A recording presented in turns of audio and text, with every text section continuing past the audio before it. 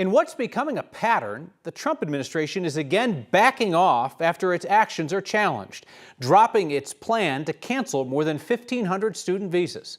We've told you about the lawsuits from international students in Colorado who claim there's no legal grounds to throw them out of the country. Our Spencer Soisher looks at what happens next.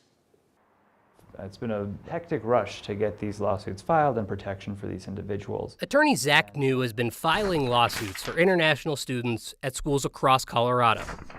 Lawsuits for students who had their F-1 visas revoked by ICE because of past criminal offenses. Minor crimes, New says, like a minor in possession of alcohol and marijuana, a DUI, and running a red light and causing a crash. I think that ultimately the goal here was to get as many people to self-deport as possible. On Friday, the Trump administration walked back their plan and canceled the revocations for students targeted solely for past criminal offenses. But if self-deportation was the goal, New says the plan may have worked. I would say that the vast majority of people who were impacted by this policy did self-deport. New's 8 Colorado clients did not self-deport, and they're not dropping their cases either. So until we have the assurances from ICE and from the government that these students are protected and will continue to be protected, we will not be dismissing our lawsuits. For now, New says it will at least allow the students still here to go to class and try to live their lives a little more comfortably, if they can. There is still that thought in the back of your head of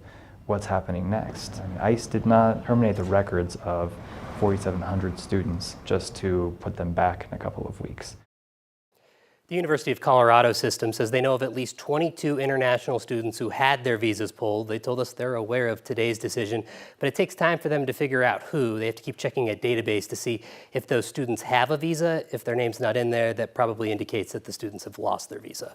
And obviously, because all of this is infused with Trump-style chaos, right? Right. You know, I imagine that a lot of these students and their attorney don't want to take the government's word for anything. No, they don't trust them. Clearly, they don't know why, in some cases, their visas are being revoked. Again, they don't think that there was proper grounds to revoke it in the first place.